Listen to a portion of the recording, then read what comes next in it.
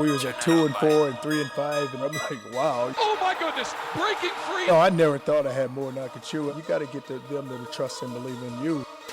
I mean, we just want to go out and finish the right way with a W. We're excited. I think we're going to be ready to go. The Razorbacks of Arkansas. Coach Strong and I both envision bigger and better days for our program. The Longhorns from the University of Texas. Touchdown, Texas. Down he goes. Say goodnight to this one. It's all about putting the T back into Texas. I know what time it is. It's game time. Well, it is a rivalry renewed. The old Southwest Conference foes, Texas and Arkansas, getting set to do battle in about an hour and a half. Welcome inside our 30-minute special to get you ready for the game. It's called A Rivalry Renewed, and Wink, in case many of you have forgotten, Horns and Hogs don't mix. No, the two schools used to share a conference. Now they just share a border and a whole lot of hate for each other. They're also both 6-6 this season, and sticking with the comparisons, we asked Texas wide receiver John Harris which team Arkansas is like in terms of the schools that Texas has played this Not year. Good. Their defensive line kind of reminds me a lot of TCU, so if anything, that concerns me the most. And just kind of how they control the ball on offense, it kind of reminds us of K-State. You just got to keep the ball out of their hands of the game. So, I mean, most of all, just the way they run the ball and, just that defensive line. I think that's probably more the most concerning thing about that. Defense steps up. Just a reminder, the Wildcats and Horned Frogs beat Texas by a combined 71-10. Yeah, that's not good. Might as well throw BYU in there if we're going to make terrible comparisons, right? The Longhorns have a lot to prove tonight, most importantly that they are actually moving in the right direction, as Charlie Strong says they are, especially competing against an SEC school. We can play with any SEC team, any team in the country that we can play with them. Like, no matter what our record is, we can play with them. I want to go out the right way, have Swoops go out the right way, and like just build for next year and the years after that, just to put Texas back on the map. Hope the seniors go out with a win, and kind of get the thing going into the spring and into next season. And when next spring and next season arrive, Charlie Strong has already said QB Tyrone Swoops will have competition for the starting job. In 11 starts since taking over for David Ash, Swoops has taken UT fans on a roller coaster ride. And as we stand here at NRG Stadium next to the former site of world-famous Astro World, should we expect more twists, turns, ups, and downs tonight? Well, he's been practicing. We're out there at practice, so he's doing the right things at practice, and we put him in the right position for him to go be successful. Now, like Texas, Arkansas enters the night 6-6, but did play better toward the end of the year. They have a two-headed monster at running back in Jonathan Williams and Alex Collins. The duo ran for more than 1,000 yards each and combined for 23 touchdowns. Brett Bielema has gotten his players to buy into his philosophy. Just go 1-0. In life, I tell this to our guys all the time, it's not what happens, it's how you react to what happens, and somebody's going to have to react to a negative situation, but I feel confident we'll be able to persevere no matter what. Now, the players have had a chance to step on the field here at NRG Stadium, and after what we saw last night after the Texans game, we were really intrigued to see what it looked like today. Over the past couple years, this playing surface at NRG Stadium has been insulted and called so many different names that it would make Justin Bieber blush. There is an artificial turf option here, but it takes 48 hours to put down. So because the Texans played a noon game yesterday, the quick turnaround caused NRG Stadium to stick with the real stuff tonight. As smooth as it possibly could. Field transition was very tight on this game, the fastest we've had in quite a while, but everything went very smoothly. Finishing up the drying of the last few pieces of paint down on the field, but it looks spectacular. Going to be a great show in there tonight. Cutting into the rivalry, brought to you by Sport Clips, haircuts for men. It's good to be a guy.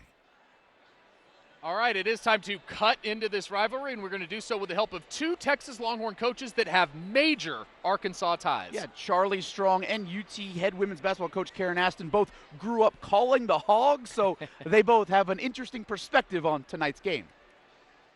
My ties go back to University of Arkansas many years because I grew up in Arkansas. You grow up in a state where it's the premier program in the state. You're a fan. I'm from Batesville, Arkansas, a native. I've gotten a lot of Facebook posts, a lot of pictures of horns down and all that. I had the opportunity to sit down with Coach Broyles. He was telling me that at that time that Coach Roy and him was really good friends.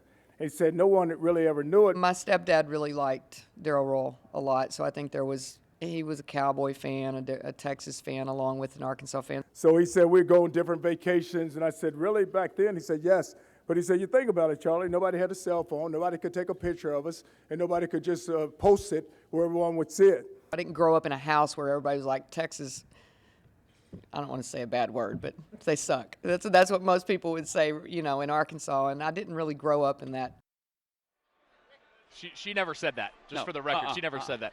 Charlie Strong obviously grew up in this rivalry, but now he's facing his former favorite team again. He did so, of course, at South Carolina and Florida as a defensive coordinator. But he's never done it as a head coach. This is his first time he's right. playing Arkansas as a head coach. And as Kyle Deckelbaum from our sister station in Little Rock explained, Strong's hometown of Batesville, Arkansas, they'll always have his back. This will be the first time I will be rooting against the Razorbacks. There is no doubt Charlie Strong's Arkansas roots run deep. And this is where the long journey started for the Longhorns head coach. I'm standing at the former site of a shotgun house here in Batesville, Arkansas. Strong is one of 8 kids, and he shared that house with 19 others. He lived with his aunt who helped raise him, Incardia Ramey, and he was also raised by a neighbor who lived just down the street in Pearl Fleming. It wasn't easy for his mother. Just like me, we lived on welfare. Charlie was the type of person, he never did get out in the street. He never did get in trouble. He always had his head in a book. We knew that he was going to be great. We knew that. I thought he was going to be a preacher instead of a football coach. Could you imagine him being a football coach? No. When he wasn't at this Baptist church, working at the gas station, or studying at home, Charlie was building himself into a standout football player at Batesville High. He's fast, and he played both ways. But the college offers weren't there. Batesville didn't have an outstanding record at all, so I think that hurt. He was small. But he grew up after he got here and got to be pretty good size. Ken Stevens recruited him to UCA. He had to walk on. It's tough. A lot of times they walk on, they may have to pay their way for a year or two. This photo has Ken Stevens posing with a group of seniors. There's Charlie Strong, front left. They look a lot younger now. Former center Brooks Hollingsworth played with Charlie Strong at UCA. Von Edwards. Amazing, just flashbacks. Richard Martin coached him in football and in track. He still looked the same, but he's just a little muscular and a little bigger. He was a self-motivator. That was the whole key to him. I mean, when the other guys were going out, he was actually studying. Charlie started his career as a running back, but it wasn't until he moved to defensive back when his career took off and he earned a scholarship. My fond memory of him, probably, I think we was playing Southeast Missouri, and they was going in to win the game. If they score, they win the game. And he intercepted and took it all the way. For a 100-yard interception, and we ended up winning the game. He's one of a kind. He was coaching back then. He would push other guys to come up to the level that he was at. But a college coach? I always told him, I was like, hey, you too smart to be a coach. I was like, it ain't no money in coaching. Charlie took Richard's advice and went to Henderson State to get his master's. Maybe coach high school. But he wasn't in Arkadelphia very long. It's amusing, and I think it's more profound than funny. Charlie spent only around a month at Henderson State, but it was a big one. Here's Coach Carpenter. That's me with some hair. George Baker coached at Henderson under the legendary Ralph Sporty Carpenter. If he hadn't met Coach Carpenter, I don't know what would happen to him. Sporty changed Charlie's life forever. Charlie was here, and he had already was impressed with it. Coach Carpenter pulled up in his pickup, and he said, hey, Charlie, pack your bags. You're going to Florida. And Charlie said, Coach, I ain't ever been out of Arkansas. He said, it don't make no difference. He said, I got you a GA at Florida. And that was it.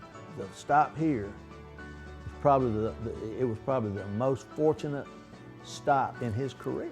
From a graduate assistant at Florida, Charlie made 8 more moves before getting his first head coaching gig at Louisville, 27 years after leaving Henderson State. Then this year, the Batesville native named head coach of the Texas Longhorns.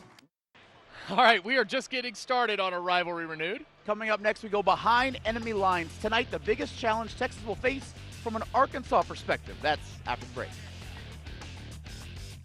The Breakdown, brought to you by NutriShop. NutriShop, vitamins, sports nutrition, weight loss. Welcome back to a Rivalry Renewed, our 30-minute pregame special as we get ready for Texas and Arkansas coming up in just about a little more than an hour. We're here with Steve Sullivan from our sister station in Little Rock. And Steve, I know you look back and you see the barbecue and the Texas flag. I know it's not ideal for you guys up in Arkansas, but let's start on that rivalry. Are Arkansas fans as excited as they seem to be about this game? I think the perception in Arkansas has always been that we're more excited about the rivalry than you guys are. And when this first game when it was announced, I think there was an excitement around the state that we haven't seen for 6-6 team in a long time. I mean, it kind of transcends football when you mention Texas, and folks in Arkansas like to relive the past. And although they didn't win many battles with Texas, there were some memorable games. So they're pretty fired up tonight. Do you think the players are as fired up about it? Because it's hard for these 18 and 19-year-olds that didn't grow up in the rivalry to know a whole lot about it. I really think they're excited. I think Coach Beal has done a good job of keeping them, making it exciting for them, that it's a big prize to potentially beat Texas. Sure. And what I love about the two coaches, Charlie Strong and Brett Beal, you can get to a point in a game like this and they say it's just another game. They haven't said that. It's not just it's another Texas, game, yeah. Arkansas. What's the biggest struggle for Arkansas this year? What have you seen as their biggest challenge? Well, I think if you line up and try to run the ball on them early, you can forget it. No one has done it all season. The teams that had success against Arkansas, Missouri passed on us early, Georgia passed on us early, and then ran the ball late on us. Offensively, we got to run the ball. I mean, it's no secret. Well, let's go into that. We have a mammoth offensive line. Yeah, I mean, the offensive line and Alex Collins and Jonathan Williams, I mean, these guys have done some serious damage in a league that is known for its toughness. Well, they're just physical, dependable guys. I mean, they go right at you. They're forward lean guys. You seldom see them push back. They're just two great backs. They come from great programs. Allen, Texas, and this is big for Jonathan Williams to come home. Sure. And, we have 18 kids from Texas, the Tex Hogs, and they probably feel like they were ignored by the Longhorns. And there's that chip on your shoulder when you're from Arkansas. And I can't remember the last time Arkansas was actually favored over Texas. It's kind of a different feeling. Yeah, exactly. It has been a while. All right, the two biggest keys for Arkansas to win this game tonight. Oh, they got to run the ball, and they got to make Texas one-dimensional. Swoops seems to be a type of guy that, if you make him try to win the game, he's going to make some mistakes. Two final questions. One, who has the better tailgates? I think Arkansas for sure. You may have the better food, but we have I think the more rabid fans. Okay, fair enough. Fair enough. The obvious last question: who wins the game? Oh, I think Arkansas wins the game. How big? I think it's going to be a good game. I think I question whether Texas is fully into this game. I think a lot of people do. Just watching them at the rodeo, and maybe that 48-10 loss on the back end to TCU is still. I watched him at the press conference and at the rodeo. And you can read a lot into that, and it may mean nothing. But Arkansas looks to be the team that's more into this game. Steve, we appreciate the time tonight. Well, thank you, Bob. Steve Sullivan from our sister station in Little Rock. Stay with us. We're back after this. Riding Vance's Coattails. Brought to you by Almar Furs, Austin's exclusive furrier. Welcome back to a Rivalry Renewed as we get you set for Texas and Arkansas in about an hour and 15 minutes. And Wink, following that UCLA game, Vance Bedford declined to speak with the media after games for the rest of the season. Wednesdays, though, were a different story for the UT defensive coordinator. Wednesday is the one and only day that we would talk to him and he would talk to us. And under Bedford, Texas climbed to 24th nationally in total defense, but the Horns are second to none in quotable coordinators. Testing 1 2, testing 1 2. This is Vance Bedford at our normal Wednesday media day. Testing 1 2. This is Vance Bedford. I love cats. I grew up as a dog. I've had dogs all my life. 12 inches of snow, and there's a cat just outside running around. We are not keeping this cat. And eventually we had that cat for 10 years until it got sick. And the cat's name was Cat with a K. Let me see if I can tape record this with my wife. She don't believe me. I tell me people be antagonizing me, trying to get me to get mad. Testing 1 2. This is Vance Bedford. They want to talk, we can talk. You want to fight, we can fight. I wish I could bring my Louisville Slugger from Louisville and let's see what happens. But yeah, with Louisville Slugger, bad things happen, so I had to put it away because I'm in the state of Texas. Now they have gun laws, you carry guns, but Coach Strong says core value, no guns. So I can't do that either. I'm waiting for a comment I said last week. I'm not saying anything today. It's over and done with. Testing 1 2. This is Vance Bedford. Staying at home. What do you mean staying at home? 103,000 people. What do you mean we have 8,000 or 9,000 tickets left? People out there, get off your duff and go buy these tickets. 103,000 people filling that stadium. It should be standing room only. If not, don't complain, don't say anything. Get in that stands right now. 103,000 people, I did say that correct. The fire marshals outside saying get out. Thank you. Touchdown BYU. I would have left early. If I was a fan, I would have left early. After seeing that mess out of there, I would have been right there with him. I left early. But you know what? My dad didn't leave early. Testing 1, 2. This is Vance Bedford. My hair is getting thin and gray right now. I think it all might disappear. I don't know. So now I got to kick my foot. Every morning I leave the house, I kick the door just to stub my toe. So I come to work all mad so I can be ready to coach every single day. Thank you. Peace out. Thank you, Coach. Don't ever change, Vance Bedford. Don't ever change. Bedford's defense will have to rise to the challenge tonight. Up next, the reason people believe that this Texas team can win the game tonight, the defense. The 5 best plays from the 2014 season defensively are Texas top 5s next. Visit irsdefense.com. Charlie Strong is building his Texas Longhorns football program with defense in a Big 12 conference that's pretty much known for its offense. And in our Texas top 5 defensive plays of the year, you'll see that sometimes for the Longhorns, defense turns into offense. We start the countdown at number 5, Texas and West Virginia. Just a monster day for Cedric Reed.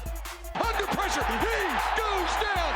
Cedric Reed, safety. Reed totals 12 tackles, 3 sacks, including the safety of Clint Trickett. Horns upset West Virginia 33-16. At number 4, the pick parade in Lawrence. Looking to step up and throws an interception. Picked off by Duke Thomas. Texas at Kansas Horns with 4 interceptions on the day in a 23-zip win over the Jayhawks. It's UT's first shutout on the road since 2005. Jordan Hicks takes it away. At number 3, it's the sack exchange in Stillwater. But Dax Garman stood no chance. I mean, this guy has been running for his life. Texas's swarming defense just corrals the Pokes offense. OSU with just 34 rushing yards, 194 total yards of offense. Texas records a season-high 7 sacks in a 28-7 thumping. At number 2, what a year for number 90. But Garman is sacked. Malcolm Brown with 2 tackles on this opening possession. Malcolm Brown was a finalist for the Nagurski and Outland trophies after he led the Horns with 6.5 sacks and 14 tackles for loss. Brown became just the 6th defensive tackle in Texas history to be named a consensus first-team All-American. And at number 1, Texas hosting Iowa State. Time for some tasty white chocolate. Inside to the 30, to the 25, to the 20, to the 15. Say goodnight to it. Touchdown, Dylan Haynes, 74 yards to the house. Dylan Haynes, the former walk-on with the pick 6. His 74-yard interception helps the Longhorns beat the Cyclones 48-45. White chocolate, as he's known to his teammates, leads the Longhorns with 4 interceptions on the season. You think Dylan Haynes has another one in him tonight? He better. They're going to need some help defensively. We've got our predictions for what happens in tonight's Advocare 100 Texas Bowl. That's coming up as we continue on in a rivalry renewed, Texas and Arkansas. All right, before we go, it's prediction time. Wink, the Texas offensive player that needs to have the biggest impact tonight. No-brainer, Tyrone Swoops. Steve Sullivan said it earlier in the show. Nobody's run on Arkansas all year. Swoops has to win the game with his legs or his arms. Momentum going into next year for him is huge. Defensively, I think the player to watch is Malcolm Brown because Texas has to find a way to stop the run. They're going to do that on the defensive line, and it's all started up front with Malcolm Brown all year. This could be his last game as a Longhorn if he opts to go to the NFL draft next year. But he's the key for Texas on defense. Your prediction tonight? Arkansas is the 3rd best team Texas has played this year behind Baylor and TCU. Hogs win 34-10. Texas can't stop the run. Arkansas wins this game by a crazy score. 10-9. These teams can't score. Come on. The last time that was a score, Georgia. You know that. A rivalry renewed. We hope you enjoyed it tonight. Enjoy Texas and Arkansas from Houston. We'll see you tonight at 10.